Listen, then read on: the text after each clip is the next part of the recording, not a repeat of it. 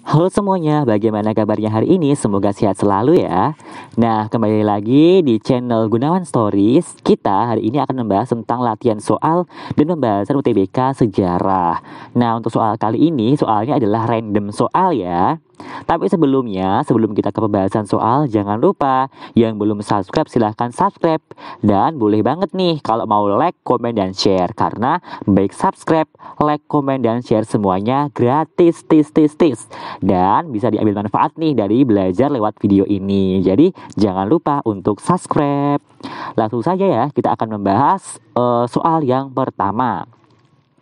Nah, soal yang pertama. Pendapat yang menyatakan bahwa Islam telah datang di Nusantara pada abad ke-11 berdasarkan pada bukti. Kira-kira jawaban yang tepat yang mana ya? Apakah A. Makam Troloyo di Majapahit, B. Makam Fatimah binti Maimun di Gresik, Jawa Timur, C. Catatan Ising tentang masyarakat Islam di Majapahit, D. Berita Cina tentang keberadaan masyarakat Islam Aceh, ataukah E. Catatan Ibnu Battuta tentang keberadaan masyarakat Islam di Gresik, Jawa Timur. Nah, kalau teman-teman mau mencoba menjawab, silahkan boleh di pause terlebih dahulu videonya, lalu dicoba jawab terlebih dahulu ya. Bagaimana? Udah ketemu nih jawabannya? Sekarang mari kita bahas bersama-sama ya. Kata kunci pada soal ini adalah bukti Islam pada abad ke-11. Ingat ya, buktinya pada abad ke-11. Nah, di antara option pilihan ganda ini, yang mana nih yang merupakan bukti datangnya Islam di abad ke-11? Nah, di sini adalah makam Fatimah binti Maimun di Gresik, Jawa Timur. Karena makam ini ada angka tahunnya nih, yaitu angka tahun 1082 Masehi. Atau dapat dikatakan sebagai abad ke-11. Berarti di abad itu sudah ada orang-orang Islam yang datang ke Nusantara. Nah, makam Fatimah binti Maimun ini merupakan salah satu bukti dari teori Arab atau teori Mekah, yang mana menyatakan bahwa Islam masuk ke Indonesia ini di abad ke-7 sampai abad ke-11. Jadi, jawaban yang tepat untuk soal ini adalah yang B, yaitu makam Fatimah binti Maimun di Gresik, Jawa Timur. Bagaimana teman-teman? Apakah jawabannya benar ataukah salah? Nah, mungkin teman-teman udah benar semua ya, berarti teman-teman pandai-pandai semua. Oke, kita lanjut ke soal yang kedua. Siap-siap ya. Nah, soal yang kedua. Berdirinya Kerajaan Pajang berkaitan erat dengan runtuhnya Kerajaan Demak pada tahun 1568. Sebab Jaka Tingkir dapat memenangkan konflik suksesi di Kerajaan Demak yang kemudian memindahkan pusat pemerintahannya ke Pajang.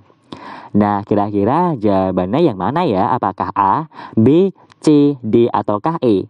Ini merupakan soal sebab akibat ya teman-teman ya.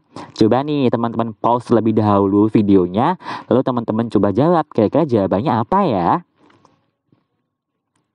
Nah, bagaimana? Sudah menemukan jawabannya? Mari kita bahas bersama-sama.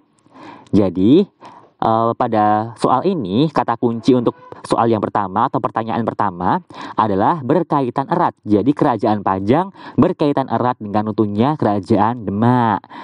Nah, lalu untuk alasannya, Jaka Tingkir dapat memenangkan konflik. Kira-kira jawabannya apa nih yang tepat? Mari kita bahas. Di sini pembahasannya adalah tentang runtuhnya Kerajaan Demak. Nah, Kerajaan Demak runtuh dikarenakan ada konflik di dalam kerajaan nih. Di sini ada konflik setelah sepeninggalannya Sultan Trenggono. Pada waktu itu ada konflik antara Arya Penangsang dan juga Pangeran Prawoto. Kira-kira yang bakal naik tahta siapa nih? Apakah Arya Penangsang ataukah Pangeran Prawoto? Nah, Pangeran Prawoto ini merupakan putra dari Sultan Trenggono. Tapi ternyata nantinya Pangeran Prawoto ini harus dibunuh oleh Arya Penangsang. Sayang sekali ya, sehingga Arya Penangsanglah yang naik tahta menjadi Raja Demak. Tapi tidak berhenti di situ, ternyata Arya Penangsang tadi bakalan dikalahkan oleh Joko Tingkir. Nah, Joko Tingkir ini merupakan menantu dari Sultan Trenggono. Nah, ternyata setelah Joko Tingkir ini menang, akhirnya Joko Tingkir ini memindahkan pusat kerajaan Demak ke Pajang, sehingga berdirilah Kerajaan Pajang. Berarti jawaban yang tepat untuk soal ini adalah yang A. Pernyataannya benar, alasannya benar, dan ada hubungan sebab akibat. Bagaimana teman-teman, jawabannya benar juga kan? Kalau ada yang ditanyakan, boleh ya ditanyakan di kolom komentar. Lalu kita bahas di soal yang ketiga. Pada abad kelima, pusat perdagangan dan pelabuhan di berbagai daerah di Nusantara berkembang pesat, seperti di Sumatera bagian tengah, Sriwijaya, Gresik, Tuban, dan Jepara. Sebab, dalam kitab Ramayana terdapat sebutan nama Jawa Dwipa yang berarti pulau penghasil beras dan nama Suwarna Dwipa yang berarti pusat penghasil emas. Nah, ini soal sebab akibat lagi ya. Kira-kira jawaban yang tepat apa nih? Apakah A, B, C, D, atau yang E? Nah, kalau teman-teman mau jawab, boleh ya di pause dulu soalnya. Bagaimana? Udah ketemu nih jawabannya? Mari kita bahas bersama-sama ya. Nah, untuk pernyataan yang pertama, di sini dijelaskan pada abad kelima, pusat perdagangan dan pelabuhan sudah mulai maju. Di sini jawabannya adalah benar ya. Kenapa kok benar? Karena alasannya adalah sejak abad ke-1 Masehi, Indonesia itu sudah menjalin hubungan dagang dengan berbagai bangsa, misalkan India dan juga Tiongkok. Sehingga kemajuan perdagangan ini juga berdampak pula terhadap berkembangnya berbagai pelabuhan-pelabuhan yang ada di Indonesia. Jadi, pernyataan yang pertama ini adalah benar. Lalu, pernyataan yang kedua. Di sini ada kata kuncinya adalah dalam kitab Ramayana terdapat sebutan Jawa Dwipa dan juga Suwarna Dwipa. Di sini juga benar ya teman-teman ya. Jadi dalam kitab Ramayana ini terdapat sebutan Java Dwipa dan juga Suwarna Dwipa. Nah, lalu kira-kira jawabannya apa nih? Nah, jawaban yang tepat untuk soal ini adalah yang B. Pernyataan satu benar, alasannya benar, tapi keduanya ini tidak ada hubungan sebab akibat. Begitu ya. Bagaimana? Paham kan? Kalau ada yang perlu ditanyakan, boleh ya ditanyakan di kolom komentar. Lanjut ke soal selanjutnya. Ilmu sejarah meneliti dan mengkaji peristiwa kehidupan manusia masa lampau yang terikat konsep waktu, yakni masa lalu, masa sekarang, dan juga masa yang akan datang.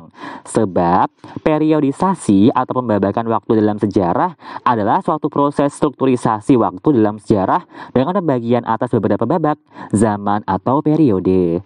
Nah, kira-kira jawaban yang tepat untuk soal ini apa ya? Apakah A, B, C, D, atau E? Nah, teman-teman boleh di pause dulu ya videonya dan juga boleh berjawab bersama-sama.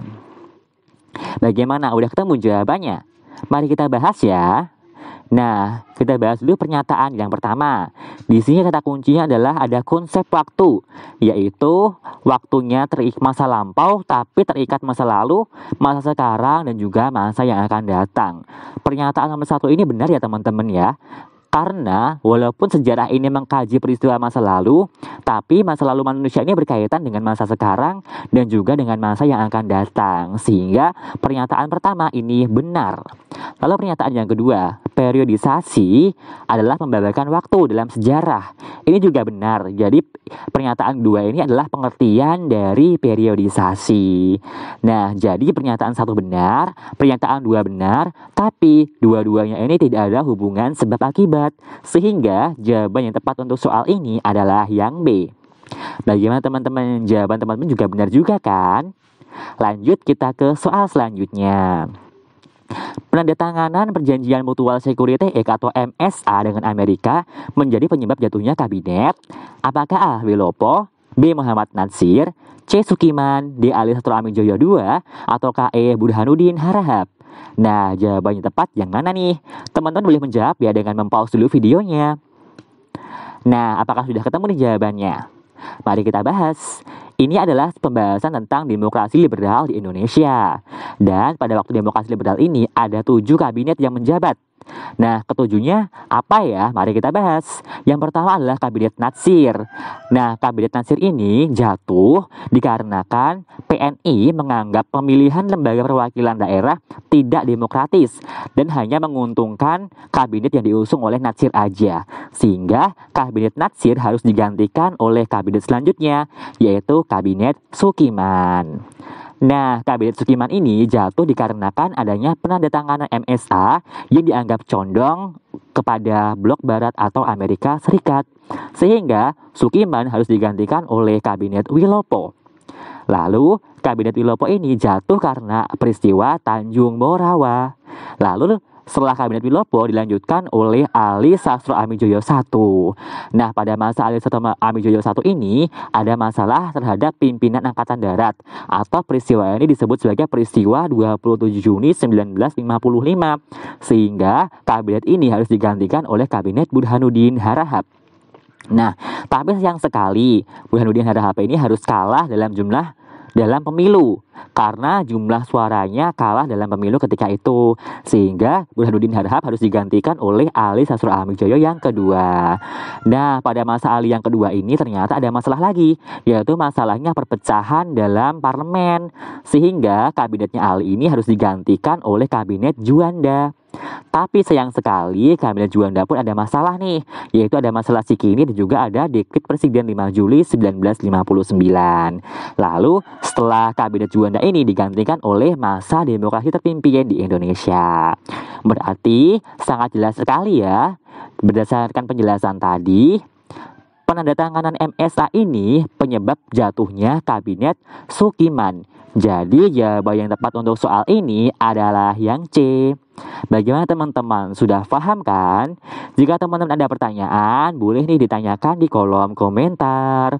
Dan sudah selesai ini dulu ya. Nanti kita akan lanjut di pembahasan di video selanjutnya. Terima kasih yang udah menonton. Dan jangan lupa yang belum subscribe dulu ya. Karena subscribe ini gratis loh. Dan dengan di subscribe lebih semangat lagi bikin videonya. Terima kasih, sampai jumpa. Dan tungguin ya video-video selanjutnya. Semangat UTBK-nya. Bye-bye.